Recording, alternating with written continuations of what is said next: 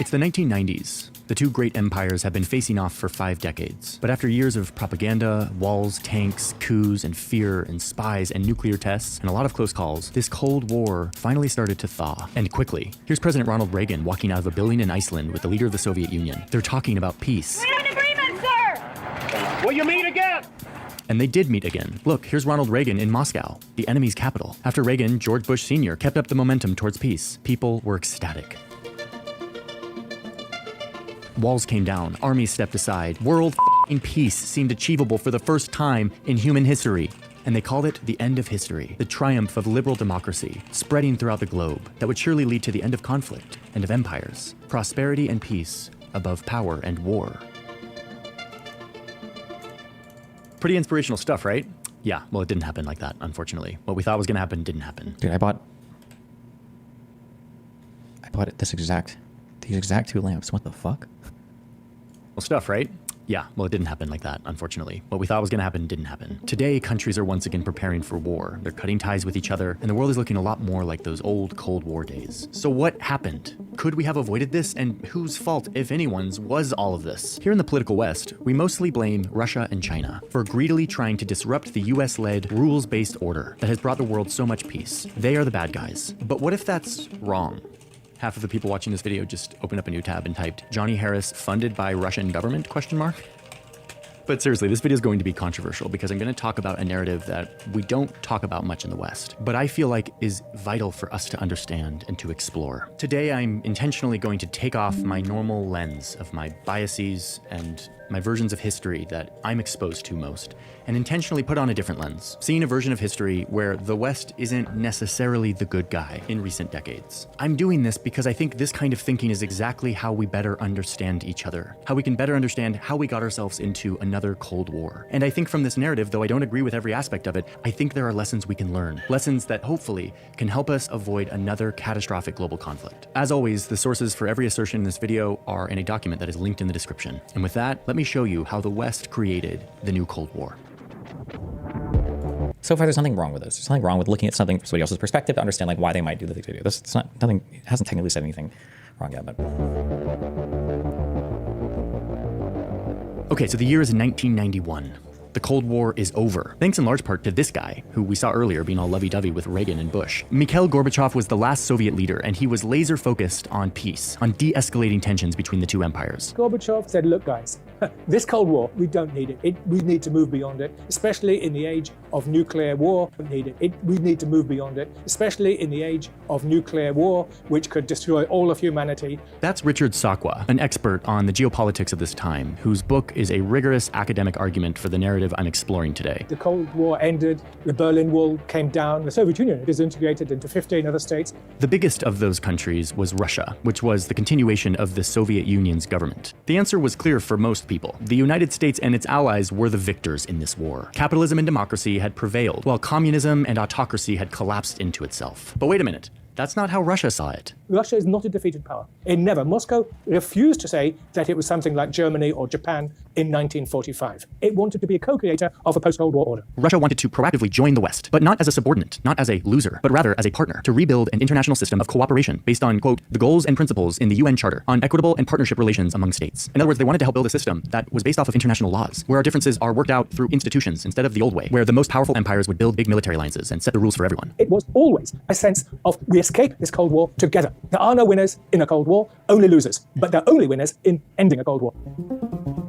Okay, so we're in the 1990s. Bill Clinton just came into the White House, defeating George H.W. Bush, and Washington, D.C. is descending into this debate on how they're going to treat Russia. Are they the losers of the Cold War who should be punished, or should we embrace them as partners to build a new world order together? One camp of American thinkers argued that Russia had clearly lost the war. They don't deserve a full seat at the table, and in fact, should be treated with skepticism. The U.S. military must keep a big presence in Europe and even expand its influence because Russia might become aggressive again. And if we do this, says this camp, it'll also have the effect of spreading democracy, which means more peace and stability. You have to know the beginning. Russia was treated very differently from Poland and other countries. Why should we support Russia, our old enemy? But then there was another side who had a different view, and they were made up of a lot of experts and diplomats, people who really understood the Soviet Union. They said that framing this in terms of winners and losers losers is maybe rational, but it's dangerous. That's what empires have always done when they come out on top. But it always breeds more war. Most recently, when the winners of World War I punished Germany by making them pay everyone back for the damage they caused, limiting their economy and military, making them sign a treaty admitting that it was all their fault. All of this leading to economic despair and national humiliation. This isn't going to last. If you're going to impose this sort of thing, make Germany an outcast, then you're going to have just building up resentment. We end up in the Second World War and Adolf Hitler. Let's not do that, said this camp. Instead, let's take advantage of this momentum towards peace, this appetite that Russia has to actually work together, and invite them in to be co-creators of a new global order, one that they influence and participate in. They warned that if we just expand our military alliance that was meant to oppose the former Soviet Union, all we're going to be doing is punishing Russia, isolating them, forcing them to become our enemy again. Let's not do that again, says this camp. That was the crucial element, the plan to enlarge a military alliance system, which had been designed against the Soviet Union, now effectively against Russia. You're going to make it an enemy. Enlarging NATO will erase the artificial line in Europe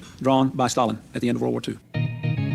But by the mid-90s, Bill Clinton and the men and women he was surrounded with sided more and more with the expansionists camp. He did this for a couple reasons. First off, he was running for president for his... I think that there's something that should be considered, and I understand he's making a video from the other perspective, but like NATO is a military alliance. It doesn't preclude anybody from anything else, right?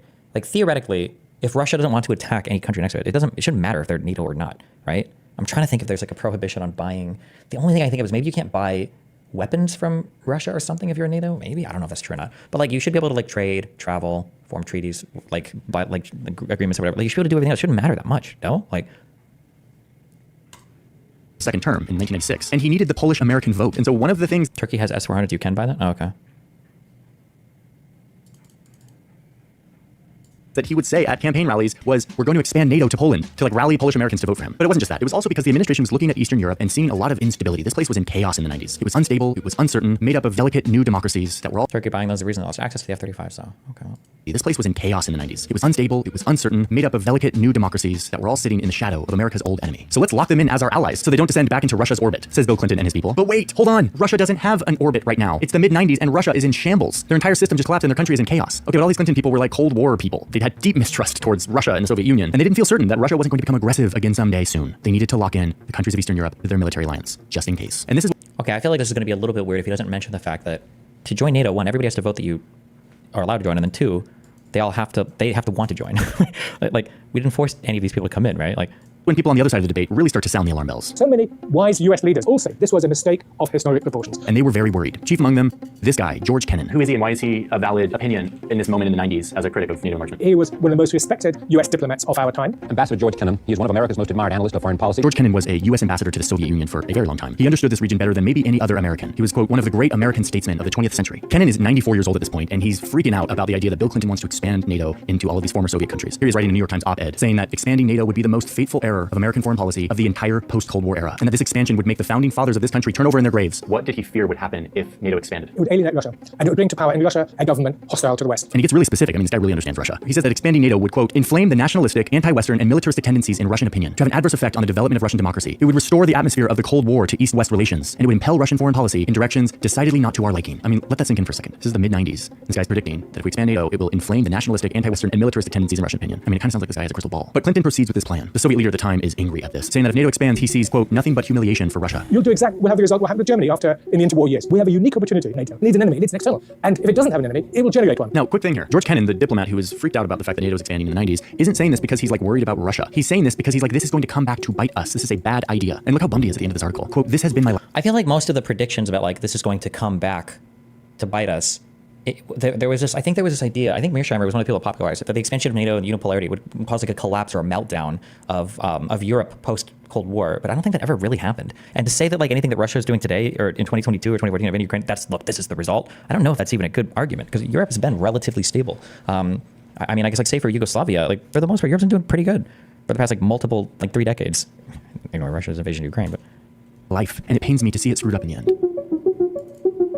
George Kennan lived to be 101 years old, passing away a year after his predictions really started coming true. NATO expanded right up to Russia's border. A military alliance created to deter Russia, aimed right at Russia. The chance to find a real peace was slipping away. Back in Washington, the Washington Post columnist David Ignatius was watching this all happen and lamented, quote, what makes the Russia case so sad is that the Clinton administration may have squandered one of the most precious assets imaginable, which is the idealism and goodwill of the Russian people as they emerged from 70 years of communist rule. The Russian debacle may haunt us for generations, and haunt us it has.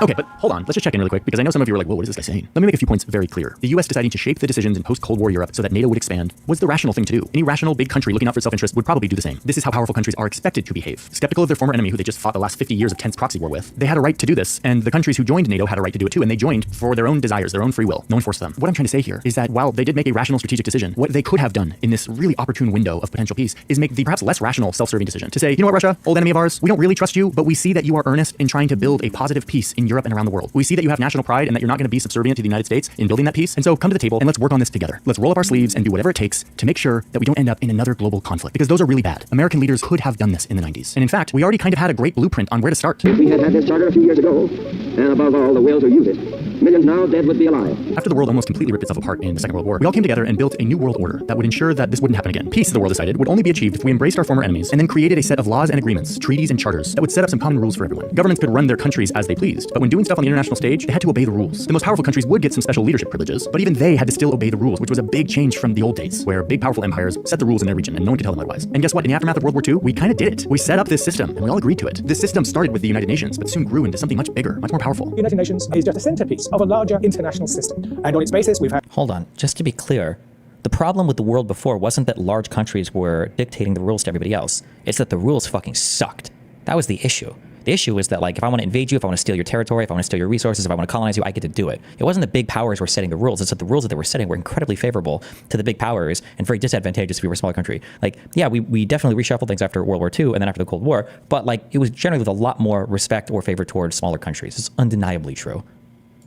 Have the UN Charter in 1948, the Universal Declaration of Human Rights. The United States, being the most powerful country, took a natural leadership role in this system, ensuring that countries would abide by the new rules. The United States, I respect its leadership as the most powerful state after the Second World War. It's most appropriate that it should take a lead in all sorts of international affairs. However, it should do that within the framework of this sovereign internationalism. Okay, but this system kind of struggled to fully get off the ground because almost immediately the United States and Soviet Union became locked in this power struggle that is the Cold War. Both sides broke a lot of the international rules in the name of trying to one-up each other. But that's why this moment in the 90s is so vital. It was such a precious moment because the Cold War was over. The world had a blueprint for a real rules-based global system based on charters and treaties and rules and laws. And it looked like we no longer would need big military alliances like NATO and the Warsaw Pact. But, and this is perhaps the most important point of this video, in order for the US to actually usher in this era of peace based on laws and rules, it would have to abide by the rules. Even though it's the most powerful country, it would actually have to obey the laws, just like everyone else. No invading countries without the permission of the group, no giving special privileges to countries you like, no intervening in other countries' affairs to make them look more like you. Like any other legal system, no one could be above the law or it undermines the legitimacy for everyone. After the end of the Cold War, we needed to establish a pan-continental European system. This should definitely not have been anti-American, but it should have been post-American. America then could go on to focus on its own development, its own infrastructure, its own people. But when you're the global superpower, unambiguously more powerful than every other country, it's really hard to give up a portion of that power to play by the rules like everybody else. So, as we've seen, the US didn't surrender to this new system. They didn't let Russia co-design it with them. Instead, they kept a lot of their troops on the European continent and around the world and expanded their military alliance. And it's not like the US just gave up on an international rules-based order. They continued to promote an international system, but instead of a true rules-based international order, the United States started to enforce an order where everyone else had to follow the rules except for them. They would become the global enforcer of the rules. They were above the law that they helped create. And we felt justified in doing this because we had the most powerful military that was everywhere all the time, all at once, enforcing the rules and ensuring stability in the global economy. And many Americans thought we kind of have the best governmental system. And there's nothing wrong with breaking some of the rules to spread that system around the world. After all, if all the countries adopt this system, there'll be more peace in the world. This is the view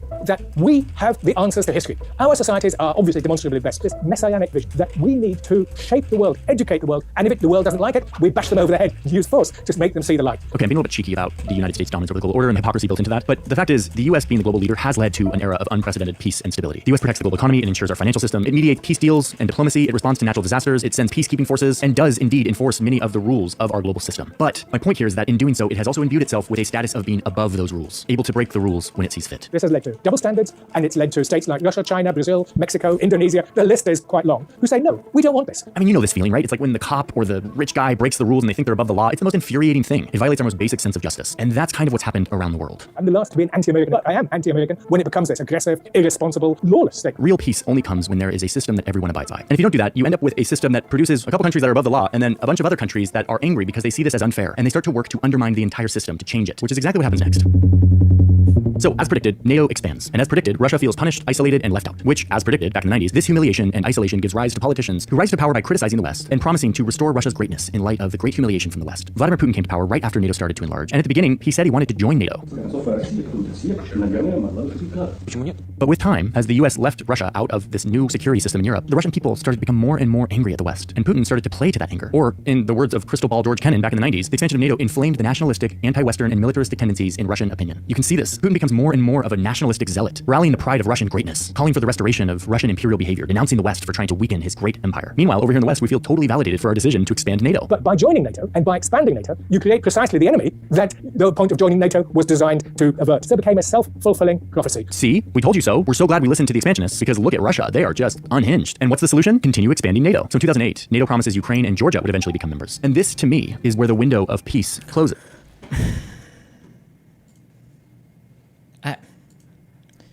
There's a saying, I don't know who made it, but Israelis would repeat this back to me over and over again. In response to the idea of like, you don't make peace with friends, you make peace with enemies. And then the thing that the Israeli would always say next is, no, you make peace with defeated enemies, which there's like a degree of truth to that. But that was a Churchill quote? Oh, was it? Like, it sounds bad, obviously, because I'm an American, so obviously I get to have this perspective of my country won and we're the best.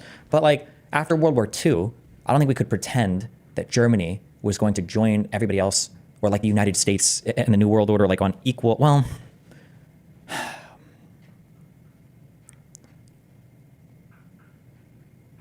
like you lost, and you know you lost, and you know you fucked up, like really hard.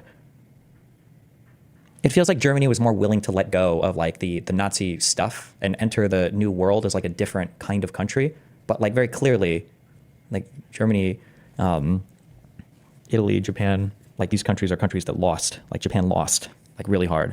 Sometimes when I look at Russia, Russia to me feels like a country with all the nationalism of the United States without like the track record to have it, as mean as that sounds. But like, yeah, they collapsed in the 90s. Like the Soviet Union dissolved.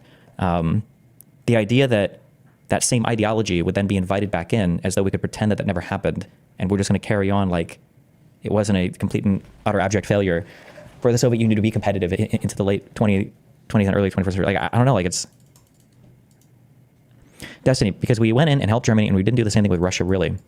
I don't think Russia wants to acknowledge or feels like these are super vibes based, by the way. So I could be totally off on this. This isn't like super, like it feels like Germany was like, okay, like the vibe was Germany's like, we lost, we fucked up, we got rid of those guys. We're not going to do the Nazi salute anymore without arresting people. And like, we'll just come and join you guys and we're going to be like, we're going to do our shit. And they did. And Germany does the shit. Germany's a very successful country and economy. Russia feels like they want to be able to say, firstly, we did win World War II. You understand that we are the ones who beat Germany, number one. Number two, we didn't really lose at the end of the Cold War. Okay, we're just going to ignore all of that. And we're basically just as valid and legitimate as you, the United States. And so let's rule as partners, as brothers together. And let's pretend that we weren't just like proxy warring each other for the past 50 years. But I don't know if that works. Like, it's just kind of like, it feels kind of weird, you know? But I mean, like, it sounds shitty, obviously. Yeah, I don't know. This is weird. I was just in Georgia, the country, talking to young people who want to join the West, want to join the EU and NATO because Russia is so aggressive. And what's so ironic is that their plight is absolutely real. Modern Russia is a horrible place to be in the shadow of. And yet what is also true is that NATO expansion helped create that version of Russia. And this is what's so horrible about this kind of conflict. You start to get into a spiral of hostility where both sides feel justified in their position. They feel so justified that they act aggressively towards the other side. And those actions then communicate to the other side that they are justified in their hostile feelings and they're justified in acting aggressive towards you. And back and forth, both sides continue down the spiral towards greater and greater conflict until people eventually start to die. Russia overnight launched its long-anticipated attack on Ukraine. NATO is set to put a force of 300,000 on high alert. The US and its G7 allies are moving forward with a $50 billion loan package to help Ukraine fight Russia. The point of NATO today is to deal with the outcome of its own existence. So, is Vladimir Putin's invasion of Ukraine justified? No, absolutely not. As I was reporting and writing on this, I was thinking of the people in Ukraine. I talk to some of them every once in a while. And if I were one of them, I would feel angry and sensitive to any version of this kind of thinking, anything that would give a shred of justification for the horrific war that Vladimir Putin has decided to enact to rip this country apart. So let me be crystal clear. Vladimir Putin started a war of choice and sold it to his people through lies and grand delusional rhetoric. What has the US done that was aggressive towards Russia since the fall of the USSR, other than the expansion of NATO? I mean, we fight for influence and we have proxy fights, especially in the Middle East, regarding each other's allies, right? So I believe Gaddafi was a personal friend of Putin, and that was a NATO mission on Libya, right? It wasn't a UN mission. I think it was a NATO mission on Libya, right? That caused Gaddafi to be removed from power and then to be basically tortured and murdered by, his own citizens. And I mean, that Gaddafi was a friend and an ally essentially to Russia. And then same thing with Syria as well. So Russia backs the opposite axis that we do, or the axis opposite the one that we back in the Middle East. So that's like an example of kind of like proxy conflict between the two of us. And Kosovo, too. I don't know enough about the history of Kosovo to talk much about that, but yeah. Has gone on to bomb civilians and rip apart country that was pursuing its own right within its region. It is a travesty and a moral failing, and it should be condemned. And yet that full-throated condemnation should not make us blind to the backstory that explains how we got here. There's a difference between explaining a war and justifying it. What I'm doing is explaining the position and trying to get as much accuracy in the technical detail. Just a note on the psychology of all of this. I find myself in this situation a lot. I explore borders and the history of borders a lot in my work, especially when I go to the actual place where a line on a map causes tension and conflict. I always feel a sense of two kinds of blame. The first kind is the easy one. It's who's to immediately blame for the conflict at the time. It's usually some leader who decided to invade, some regime that has decided to occupy. And yet when you look into it, there's always a deeper blame to be levied. In most of the places I go, that blame is historical. It's to be applied to the great powers that drew those lines in the first place, that created those identities that are now fighting each other. In the case of a lot of wars I go to, it's the British. And it's become this kind of meme in the comments whenever I go to a former British colony, that this conflict looks like a civil war between two groups, but really it's the British that's to blame. Even if the blame today is easier to be put on some greedy warlord. That's a weird thing to parse through, but I get that same feeling in this case. This history doesn't justify Putin's invasion, but it does force us to ponder how we could have taken another path, a path that would have prevented us from ending up in this outcome. And to me, what this story clearly tells us is that in the future, when we're thinking about peace, we have to remember that peace will never come unless the big powerful country puts down its sword and agrees to play by the rules that everyone else has to play by. No system of order and rules and laws can work unless everyone is subject to those laws. And if we're going to eradicate the curse of war, which is so natural to humans, it's only going to be by something totally strange and irrational, like the most powerful country deciding to give up some of its power and commit to a system of enlightened conflict through words and institutions and laws and justice. A system that doesn't rely on who has the biggest military, who has the biggest alliance, who can make the most weapons the fastest. I believe that humanity will eventually get there. But for now, it looks like we're back on the spiral of conflict that usually only goes one direction. My hope is that we can look back and learn from our mistakes. You know, I actually have a great belief that the United States periodically does have the capacity to renew itself, an amazing capacity to provide that leadership that we want to see from the United States, which is enlightened leadership for peace and development of the sort talked about by Eisenhower and Kennedy. We want a better West to emerge out of this.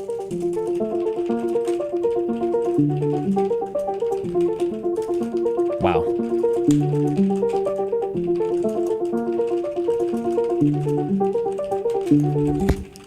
Hey folks, thanks for watching this video. I'm excited to read the comments. Yeah, I hope you take this in good faith with the spirit in which it was meant to be presented, which is to open our minds to different narratives and considerations. If you do have comments, please leave them. I want to hear like good faith critique. I want to hear what you think I got wrong or how I misinterpreted things. Like, that's really juicy stuff for me, so don't hold back. We have t-shirts that are really sick, and they are of the whole world, and you should check them out. We also have music, a lot of music, thousands and thousands of tracks that our composer Tom Fox has made over the years. They are now... Thoughts? I feel like this is the best video I've seen insofar as trying to justify that NATO expansion narrative, because at least it speaks more about the, like, not just like the NATO expanded and then Russia had to fight because they were worried about being invaded and bombed, but more it talks about kind of like the overall attitude at the time, which I think is actually a little bit more true than just the NATO expansion talking point. Like, I do feel like the problem is that I don't feel like Russia, or no, I guess he kind of said it in the video. Like, I don't think Russia ever, I don't know if Russia right now feels like it lost the Cold War. Like, I feel like they're still kind of like there mentally, and they're like, we're coming back, right? I think every single Russian citizen in Putin just needs to be strapped down, and they need to be forced to watch Rocky IV, and then just be done with it.